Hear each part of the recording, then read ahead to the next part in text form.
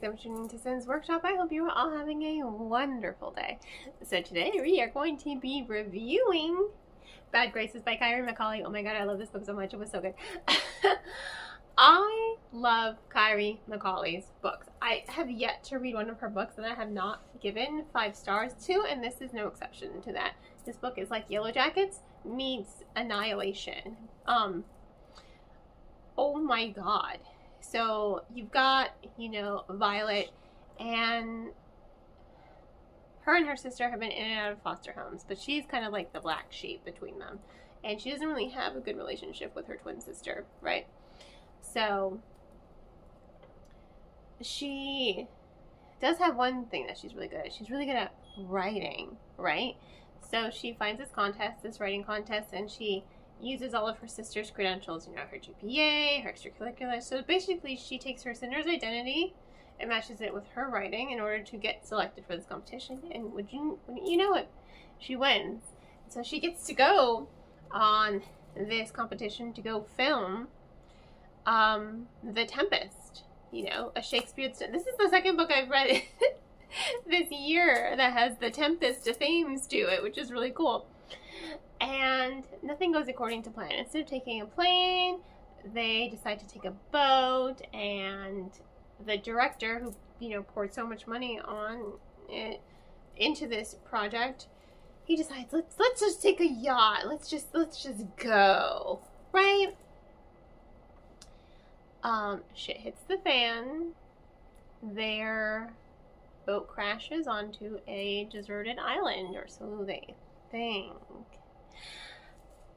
Slowly, every time one of these girls gets hurt, they start to change, kind of in that way of Annihilation. And, oh my god, I love this book so much. And I love the themes that this book is, capturing. Like, what makes a monster? They think they're turning into monsters. They think that there's a monster on the island. But no, the real monsters, are kind of, men in society. You have one of the girls, she's kind of in a relationship with the director who's old enough to be her father, and you learn that, he kind of groomed her and took advantage of her, and she knows that, but she just tried to do what she thought was best for her sister, honestly. She didn't want to piss off the guy, because then, her sister's not going to get any more gigs, right? And then it's just the struggles of being a girl, and also the struggles of being a girl in the public eye, because it's 4 girls. You've got, the former Olympic athlete who, her coach, another man, decided, like, no, your injury's fine, go compete. He pushed her to compete, and now her injury was not fine, and God, now she's never going to compete again. She's never ever going to compete again, because there's no healing from that type of injury anymore. It's just so impactful, the struggle that these girls have gone through, and they're kind of finding themselves on this island. They're kind of finding who they want to be. They're fighting against all the stereotypes and all the labels that have controlled most of their lives, but on the island they're free. They're free to just be. They're free to be in these relationships that they want to be in, because they are queer girls as well. They're free to just exist without the pressures of paparazzi, without the pressures of academia, without the pressures of family. They're just free to exist and be themselves. And it's so moving and thoughtful. And then one of the girls is just like, do you think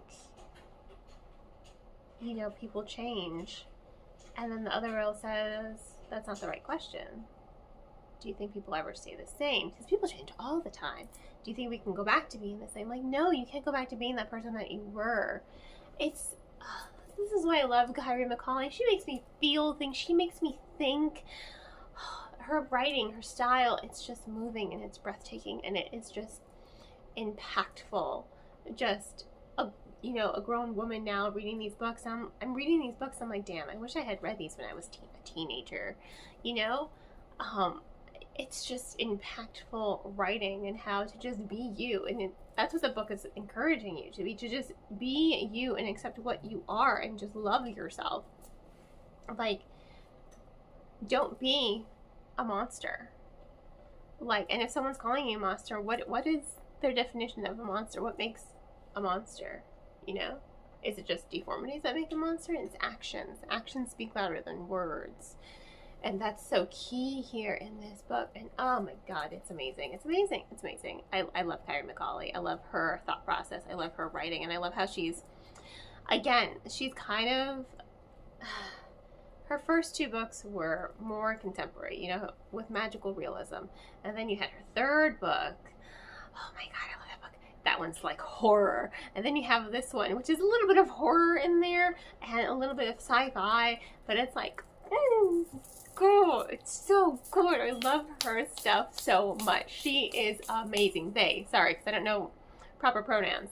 And this book is just amazing, and I can't stress that enough to you. And you need to read it. You need to read it. You need to read it. It's just so good. So good. Just read all of her books. All of her books are amazing. They are just, If These Wings Could Fly, We Can Be Heroes. Which, you know, so If These Wings Could Fly deals with domestic violence, and then We Can Be Heroes deals with violence against girls and gun violence, and then All the Dead Lie Down is familial trauma, and then you have this one, which is just, oh God, so good.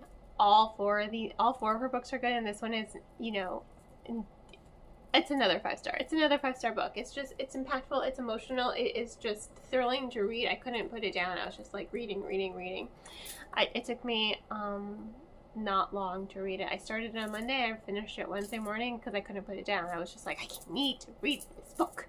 Her writing, her prose, it's so engaging, and I love all the allusions to The Tempest by William Shakespeare. There are a lot of allusions there. It's just so good. So good. So good. Love it. Absolutely love it. So 5 stars.